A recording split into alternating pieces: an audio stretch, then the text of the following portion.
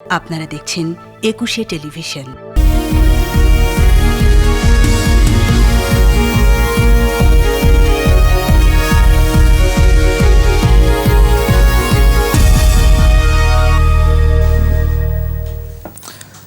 শুভ সকাল। রহমানের প্রত্যেককে আমন্ত্রণ জানাচ্ছি ২১শে বিজনেসে। দর্শক, এই অনুষ্ঠানের মাধ্যমে আমরা জানিয়ে দেবো দেশের ব্যবসা বাণিজ্য, অর্থনীতি, শেয়ার বাজারে সর্বশেষ তথ্য, যা স্বয়ংক্রিয় গ্রাফিক্স পদ্ধতিতে পরিবেশন করছে ২১শে বিজনেস। এছাড়াও ২১শে বিজনেস সরাসরি দেখতে পাবেন আমাদের ফেসবুক পেজ www.facebook.com/2124 অনলাইনে।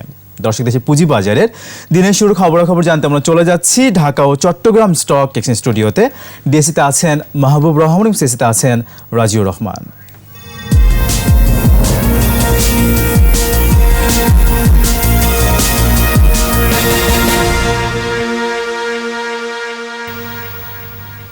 রহমান রনু, আপনাকে ধন্যবাদ। যথাসময়ে শুরু হয়েছে আজ ঢাকা স্টক এক্সচেঞ্জের লেনদেন। দিনের শুরু থেকে কিছুটা পজিটিভ ট্রেন্ডের মধ্যে দিয়ে চলছে আজকে ঢাকা স্টক এক্সচেঞ্জের লেনদেন। এই মুহূর্তে দেখা যাচ্ছে ডিএসির প্রধান ইন্ডেক্সটি 1 পয়েন্ট পজিটিভ অবস্থানে রয়েছে, ৩৯৬৬ পয়েন্ট অবস্থান করছে। এস ইন্ডেক্সটি ব্রেক ইভেন পয়েন্টে থেকে 919 পয়েন্ট অবস্থান করছে এবং 30 ইন্ডেক্সটি প্রায় 2 পয়েন্ট পজিটিভ অবস্থানে রয়েছে। দিনের এই মুহূর্তে অবস্থান করছে 1328 পয়েন্টে। এখনও পর্যন্ত লেনদেন হয়েছে প্রায় 8 কোটি টাকা। যে কটি প্রতিষ্ঠানের মধ্যে লেনদেন হচ্ছে তাদের মধ্যে 21টি প্রতিষ্ঠান দর বৃদ্ধি পেয়ে লেনদেন হচ্ছে, 9টি প্রতিষ্ঠান দর হারিয়ে লেনদেন হচ্ছে এবং 160টি প্রতিষ্ঠানের দর অপরিবর্তিত রয়েছে। দিনের এই মুহূর্তে টপ ট্রেডে যে প্রতিষ্ঠানগুলো অবস্থান করছে তাদের মধ্যে দেখা যাচ্ছে বেক্সিমকো ফার্মা প্রথম অবস্থানে রয়েছে। দিনের শুরু থেকে এখন পর্যন্ত প্রায় 64 টাকা 10 পয়সা দরে লেনদেন হচ্ছে এই মুহূর্তে। এছাড়া পরবর্তী অবস্থানগুলোতে রয়েছে ওয়াটার কেমিক্যাল, রয়েছে স্কয়ার ফার্মা, ফার্মা এইড, কেয়া কসমেটিক্স, ফার্স্ট সিকিউরিটি, ইসলামী ব্যাংক লিমিটেড, সিটি ব্যাংক এবং Bangladesh submarine cable and company limited. এদিকে শতাংশের দিক দিয়ে সবচেয়ে বেশি দর বৃদ্ধি পেয়ে লেনদেন হচ্ছে তালুই স্পিনিং এ। দিনের শুরু থেকে প্রায় 7.04% দর বৃদ্ধি পেয়েছে প্রতিষ্ঠানটি। পরবর্তী অবস্থানগুলোতে রয়েছে কেয়া কসমেটিক্স, রয়েছে Dhaka Dyeing, Libra Infusion, Apollo Ispat, Pharma Aid, Paramount Textile এবং বেক্সিমকো সিনথেটিক। এদিকে শতাংশের দিক দিয়ে সবচেয়ে বেশি দর হারিয়ে লেনদেন হচ্ছে এবি ব্যাংকের, 2.81% দর হারিয়েছে এখন পর্যন্ত প্রতিষ্ঠানটি। এছাড়া পরবর্তী অবস্থানগুলোতে রয়েছে রেকিট ব্যাংকিজার, রয়েছে ICB employee first mutual fund, Republic insurance, PF first mutual fund, power grid, MB Pharma, prime insurance, Bangladesh submarine cable and company limited এবং একমি ল্যাবরেটরিজ। তো এই ছিল ঢাকা স্টক এক্সচেঞ্জের আজকের দিন শুরুর খবরাখবর। এখন চিটাগাং স্টক এক্সচেঞ্জের দিন শুরুর খবরাখবর জানতে চলে যাব সিএসসি স্টুডিওতে। সেখানে রয়েছেন রাজিউর রহমান। আপনাকে যথাসময়ে শুরু হয়েছে চিটাগাং স্টক এক্সচেঞ্জের লেনদেন এবং এই মুহূর্তে দেখা যাচ্ছে কিছুটা মিশ্র প্রবণতার লেনদেন হচ্ছে চিটাগাং স্টক এক্সচেঞ্জে। এই মুহূর্তে সিএসসির প্রধান ইন্ডেক্সটি 3 পয়েন্ট কমেছে, দেখা যাচ্ছে 11,252 পয়েন্টে দাঁড়িয়েছে এবং 30 ইন্ডেক্সটি এই মুহূর্তে 2 পয়েন্ট বৃদ্ধি পেয়েছে, 9,909 পয়েন্টে অবস্থান করছে এবং লেনদেনের পরিমাণ ছাড়িয়েছে 34 লাখ টাকার বেশি। লেনদেন হওয়া প্রতিষ্ঠান এবং মিউচুয়াল ফান্ডগুলোর মধ্যে এখনও পর্যন্ত দর অপরিবর্তিত থাকা প্রতিষ্ঠানগুলোর সংখ্যাটা বেশি রয়েছে। এই মুহূর্তে 36টি প্রতিষ্ঠানের দর অপরিবর্তিত রয়েছে, দর হারিয়েছে 6টির এবং 7টি প্রতিষ্ঠানের দর বৃদ্ধি পেয়ে লেনদেন হচ্ছে। এছাড়া টাকার অঙ্কের শীর্ষে থাকা প্রতিষ্ঠানগুলোর তালিকায় প্রথমে অবস্থান করছে মার্কেন্টাইল ব্যাংক, পরবর্তী অবস্থানগুলোতে রয়েছে Beximco Pharma, Keya Cosmetics, City Bank, Islami Bank Bangladesh Limited, Jamuna Oil এবং পদ্মা অয়েল। আর শতাংশের দিক থেকে সবচেয়ে বেশি দর বৃদ্ধি পেয়ে টপ গেইনার্সের তালিকায় কেয়া কসমেটিক্স এখন পর্যন্ত প্রথম রয়েছে। পরবর্তী অবস্থানগুলোতে রয়েছে Dhaka dyeing, Aziz pipes, AB bank, Al Arafah Islami bank, Beximco Pharma এবং যমুনা অয়েল। অন্যদিকে শতাংশের দিক থেকে সবচেয়ে বেশি দর হারিয়ে টপ লুজার্সের তালিকায় ইয়াকিন পলিমারকে দেখা যাচ্ছে প্রথমেই রয়েছে, 5.98% দর হারিয়েছে এই মুহূর্তে প্রতিষ্ঠানটির। পরবর্তীতে রয়েছে Pubali bank, NCC bank limited, ACI, social ইসলামী ব্যাংক, এনটিসি, আরডি ফুড এবং এনএলআই ফার্স্ট মিউচুয়াল ফান্ড। এবং এই ছিল আমার কাছে থাকা চিটাগাং স্টক এক্সচেঞ্জের এই মুহূর্তের খবরাখবর। এখন ফিরে যাচ্ছি 21-এর মূল স্টুডিওতে। রাজিউর ও মাহবুব, আপনাদেরকে অনেক ধন্যবাদ। এবার দেখে নিচ্ছি দেশে পুঁজিবাজারে কিছু টুকরো খবর নিয়ে শেয়ার বাজার ফ্ল্যাশ। পুঁজিবাজারে তালিকাভুক্ত প্রতিষ্ঠান আল আরাফা ইসলামী ব্যাংক ও ওয়ান ব্যাংক লিমিটেডের পরিচালনা পর্ষদের সভা অনুষ্ঠিত হবে আজ 25শে জুন। সভায় 31শে ডিসেম্বর 2019 সমাপ্ত বছরের জন্য ডিভিডেন্ডের সুপারিশ আসতে পারে। পুঁজিবাজারে তালিকাভুক্ত প্রতিষ্ঠান মেঘনা সিমেন্ট, বিএসআরএম স্টিলস ও বিএসআরএম লিমিটেডের পরিচালনা পর্ষদের সভা অনুষ্ঠিত হবে আজ 25শে জুন। সভায় তৃতীয় প্রান্তিকের অনিরীক্ষিত আর্থিক প্রতিবেদন পর্যালোচনা করা হবে। পুঁজিবাজারে তালিকাভুক্ত প্রতিষ্ঠান ইসলামী ব্যাংক বাংলাদেশ লিমিটেডের পরিচালনা পর্ষদের সভা অনুষ্ঠিত হবে আগামী 27 জুন। সভায় 31 ডিসেম্বর 2019 সমাপ্ত বছরের জন্য ডিভিডেন্ডের সুপারিশ আসতে পারে। পুঁজিবাজারে তালিকাভুক্ত প্রতিষ্ঠান trust bank, Rupali bank, premier bank, united commercial bank ও পপুলার লাইফ ইন্স্যুরেন্স কোম্পানি লিমিটেডের পরিচালনা পর্ষদের সভা অনুষ্ঠিত হবে আগামী 28 জুন। সভায় 31 ডিসেম্বর 2019 সমাপ্ত বছরের জন্য ডিভিডেন্ডের সুপারিশ আসতে পারে। পুঁজিবাজারে তালিকাভুক্ত প্রতিষ্ঠান এবি ব্যাংক ও ন্যাশনাল ব্যাংক লিমিটেডের পরিচালনা পর্ষদের সভা অনুষ্ঠিত হবে আগামী 29 জুন। সভায় 31 ডিসেম্বর 2019 সমাপ্ত বছরের জন্য ডিভিডেন্ডের সুপারিশ আসতে পারে। এবং পুঁজিবাজারে তালিকাভুক্ত প্রতিষ্ঠান সেন্ট্রাল ইন্স্যুরেন্স কোম্পানি লিমিটেডের পরিচালনা পর্ষদের সভা অনুষ্ঠিত হবে আগামী 30 জুন। সভায় 31 ডিসেম্বর 2019 সমাপ্ত বছরের জন্য ডিভিডেন্ডের সুপারিশ আসতে পারে। দর্শক, এবারে জানিয়ে দিচ্ছি যুক্তরাষ্ট্র, ইউরোপ, এশিয়ার বৃহৎ পুঁজিবাজারগুলো সূচকের সর্বশেষ অবস্থান। শুরুতে যুক্তরাষ্ট্রের শেয়ার বাজারগুলোর খবর। সূচকের নিম্নমুখী প্রবণতা গতি শেষ করেছে আমেরিকার শেয়ার বাজার। যুক্তরাষ্ট্রের শেয়ার বাজার ডাউজেন্স সূচক 710 পয়েন্ট কমে দাঁড়িয়েছে 25,445 পয়েন্টে। সূচক কমছে নাসদাকের। সর্বশেষ নাসদাক সূচক অবস্থান করছে 9,909 পয়েন্টে, যা আগের দিনের চেয়ে 222 পয়েন্ট কম। নিম্নমুখী প্রবণতা রয়েছে new composite index. New composite index 351 point কমে দাঁড়িয়েছে 11,726 পয়েন্টে। এবার ইউরোপের পুঁজিবাজারের খবর। সূচকের নিম্নমুখী প্রবণতা গঠন শেষ করেছে ইউরোপের প্রধান পুঁজিবাজার। যুক্তরাজ্যের FTSE 100 ইন্ডেক্স 196 পয়েন্ট কমে অবস্থান করছে 6,123 পয়েন্টে। কমেছে জার্মানি শেয়ার বাজার ড্যাক্সের সূচক। ড্যাক্সের সূচক 429 পয়েন্ট কমে অবস্থান করছে 12,096 পয়েন্টে। কমেছে ফ্রান্সের CAC 40 ইন্ডেক্স, এটি 146 পয়েন্ট কমে অবস্থান করছে 4,871 পয়েন্টে। সুইজারল্যান্ড সুইস মার্কেট ইন্ডেক্সও রয়েছে নিম্নমুখী প্রবণতায়। সুইজারল্যান্ড সুইস মার্কেট ইন্ডেক্স অবস্থান করছে 10,021 পয়েন্টে, যা আগের দিনের চেয়ে 224 পয়েন্ট কম। এবার এশিয়ার পুঁজিবাজারের খবর। সূচকের নিম্নমুখী প্রবণতা রয়েছে এশিয়ার প্রধান পুঁজিবাজারে। জাপানের শেয়ার বাজার নিক্কি সূচক 299 পয়েন্ট কমে দাঁড়িয়েছে 22,234 পয়েন্টে। কমেছে হংকংয়ের শেয়ার বাজার হ্যাংসেংয়ের সূচক। হ্যাংসেংয়ের সূচক 125 পয়েন্ট কমে অবস্থান করছে 24,781 পয়েন্টে। কমেছে সিঙ্গাপুর STI সূচক। STI সূচক 0.29 পয়েন্ট কমে দাঁড়িয়েছে 2,599 পয়েন্টে। চীনের শেয়ার বাজার সাংহাই কম্পোজিট ইন্ডেক্স 8 পয়েন্ট বেড়ে অবস্থান করছে 2,979 পয়েন্টে। বোম্বে সেন্সেক্স 30 ইন্ডেক্সও দেখা যাচ্ছে নিম্নমুখী প্রবণতা।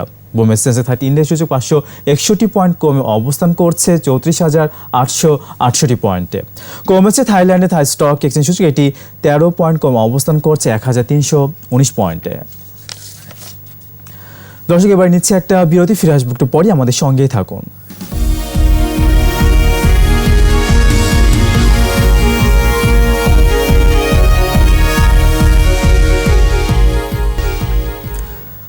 আবারও স্বাগত একশো বিজনেসে। দর্শক, এখন রয়েছে দেশ বিদেশে অর্থনীতি ও ব্যবসা বাণিজ্যের কিছু সংবাদ।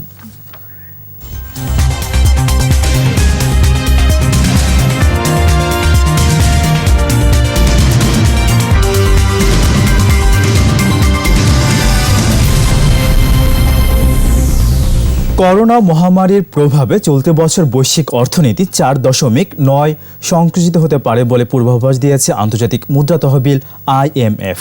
এর আগে গত এপ্রিলে 3% সংকোচনের পূর্বাভাস দিয়েছিল সংস্থাটি। বুধবার রাতে IMF এর ওয়াশিংটন সদর দপ্তর থেকে প্রকাশিত হালনাগাদ ওয়ার্ল্ড ইকোনমিক আউটলুক প্রতিবেদনে এমন আশঙ্কার কথা বলা হয়।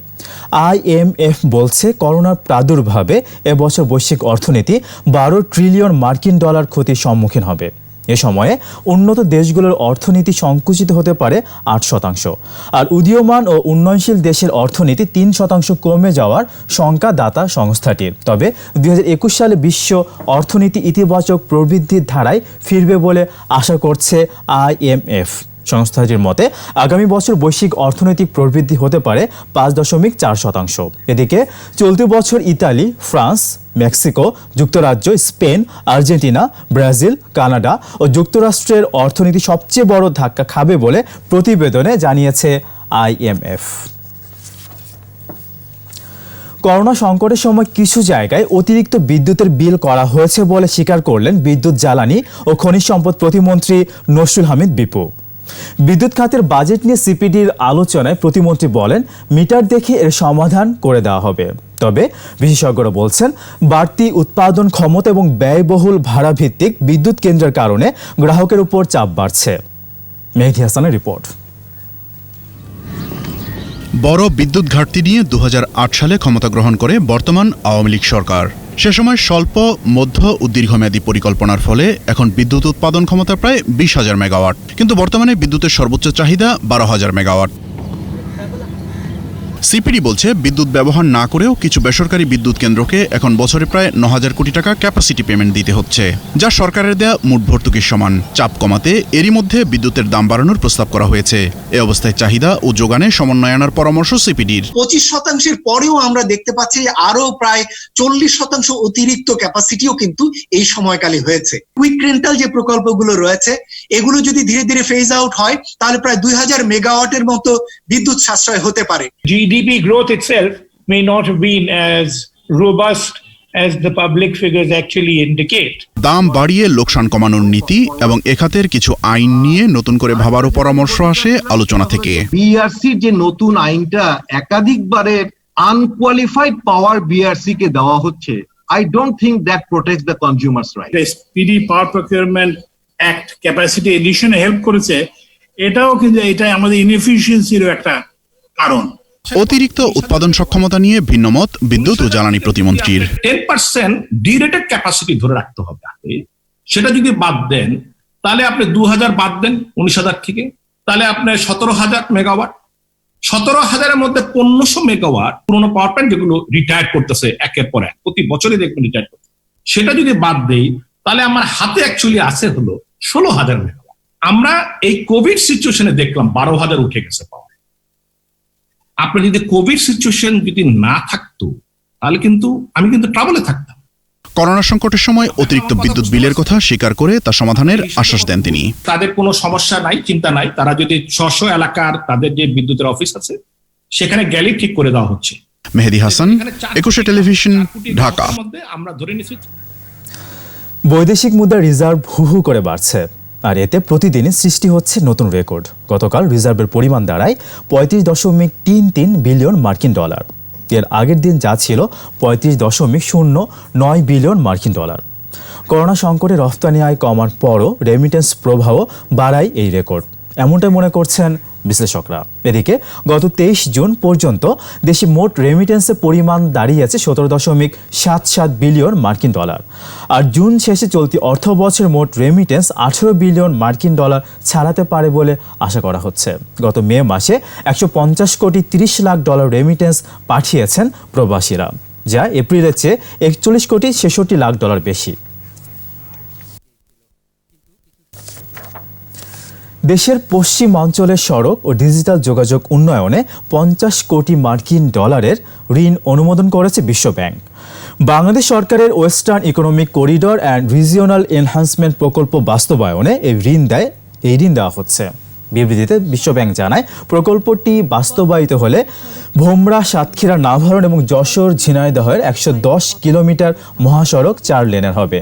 আর এতে দেশের পশ্চিমাঞ্চলে 4টি জেলা সংযুক্ত হয়ে যশোর ঝিনাইদহে 260 কিলোমিটারের একটি অর্থনৈতিক করিডর তৈরি করবে। এছাড়া পশ্চিমাঞ্চলে সহজ ও মানসম্পন্ন ইন্টারনেট সেবা পৌঁছাতে মহাসড়কের পাশে ফাইবার অপটিক্স কেবল স্থাপন করা হবে। এর মাধ্যমে পশ্চিমাঞ্চলের কৃষিপণ্যের সহজ বাজারজাত ও স্থল বন্দরগুলোর কার্যক্রম গতিশীল হওয়ায় 2 কোটি মানুষ উপকৃত হবে বলে মনে করছে বিশ্বব্যাংক। করোনা সংকটে ভালো নেই পত্রিকার গ্রাহকরা। হকাররা পত্রিকার স্টলগুলো ভালো চলছে না, করোনার ভয়ে বিক্রি কমেছে। বাসা বাড়িতেও খবরের কাগজ রাখছেন না অনেকেই। রাজধানী হকাররা বলছেন পত্রিকা বিক্রি 60 ভাগই কমে গেছে। পোষাতে না পেরে পত্রিকার স্টলগুলো এখন অন্য পণ্য বিক্রি করছে। আরও জানাচ্ছেন দীপু শিকদার।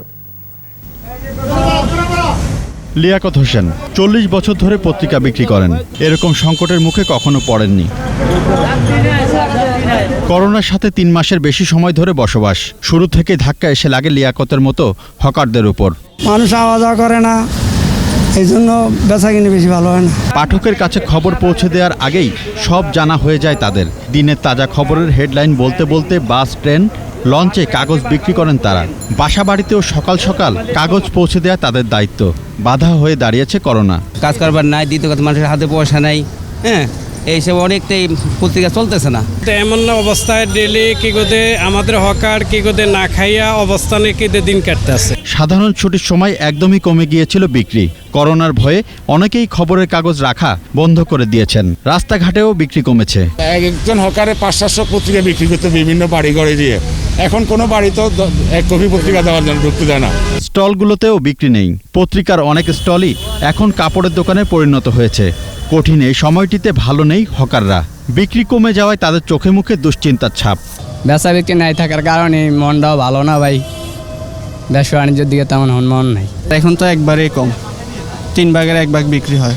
কোনো প্রণোদনা বা সহযোগিতা চান না হকাররা। পত্রিকা থেকে করোনা ভাইরাস ছড়ায় না, এ বিষয়ে মানুষকে সচেতন করার দাবি তাদের। মানুষের মধ্যে একটা আতঙ্ক হয়েছে যে কাগজ থেকে ভাইরাস ছড়ায়, যদি সেটা ভুল ধারণা, তার একটা ব্যাড ইম্প্যাক্ট আমাদের মধ্যে পড়েছে।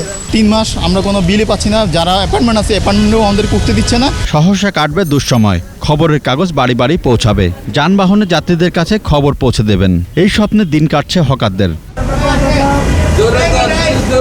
দীপু শিকদার, একুশে টেলিভিশন, ঢাকা।